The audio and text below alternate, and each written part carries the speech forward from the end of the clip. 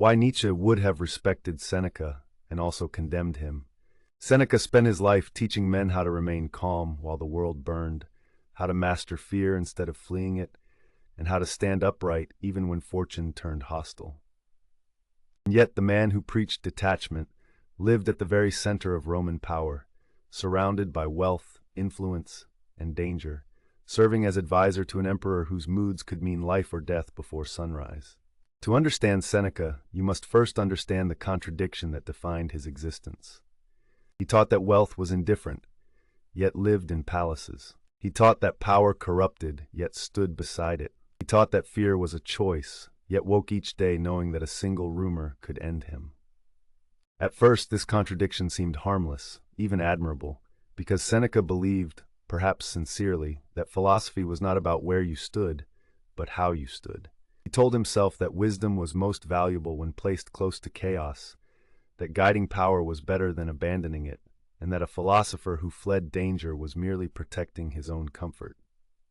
And for a time, this belief held. But as Nero grew older, more paranoid and more cruel, the distance between Seneca's words and Seneca's world began to shrink, until philosophy was no longer something he taught, but something he used to endure.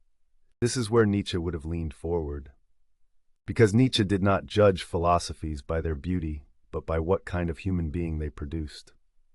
He would have admired Seneca's discipline, his clarity of thought, his ability to remain composed under pressure that would have broken lesser men. But he would have asked a harder question. Was Seneca mastering himself, or merely learning how to survive? Stoicism, to Nietzsche, was dangerous precisely because it worked.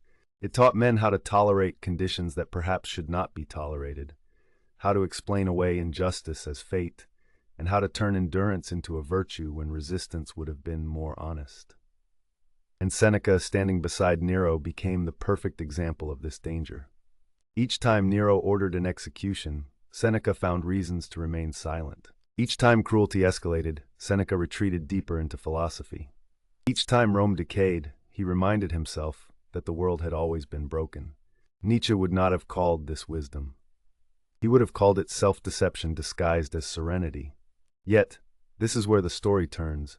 Nietzsche would not have dismissed Seneca entirely. Because when Nero finally turned against him, accusing him of conspiracy, Seneca was given a choice that stripped away every rationalization.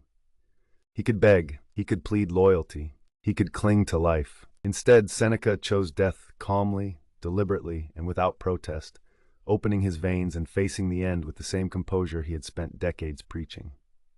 And here Nietzsche would have paused, because whatever Seneca had compromised in life, he did not betray himself at the end. He did not scream, he did not curse fate, he did not pretend to be a victim. He died as a man who accepted the full weight of his choices. Not as a rebel, not as a martyr, but as someone who understood that philosophy ultimately demands payment. Nietzsche would have respected that, but he would also have delivered his final judgment. That Seneca was not a free spirit, but a transitional one, a man caught between ancient virtue and modern resignation, between strength as domination and strength as endurance. A man who proved that philosophy can either sharpen your will or teach you how to live quietly inside a cage, and that the most dangerous philosophies are not the ones that fail, but the ones that succeed too well.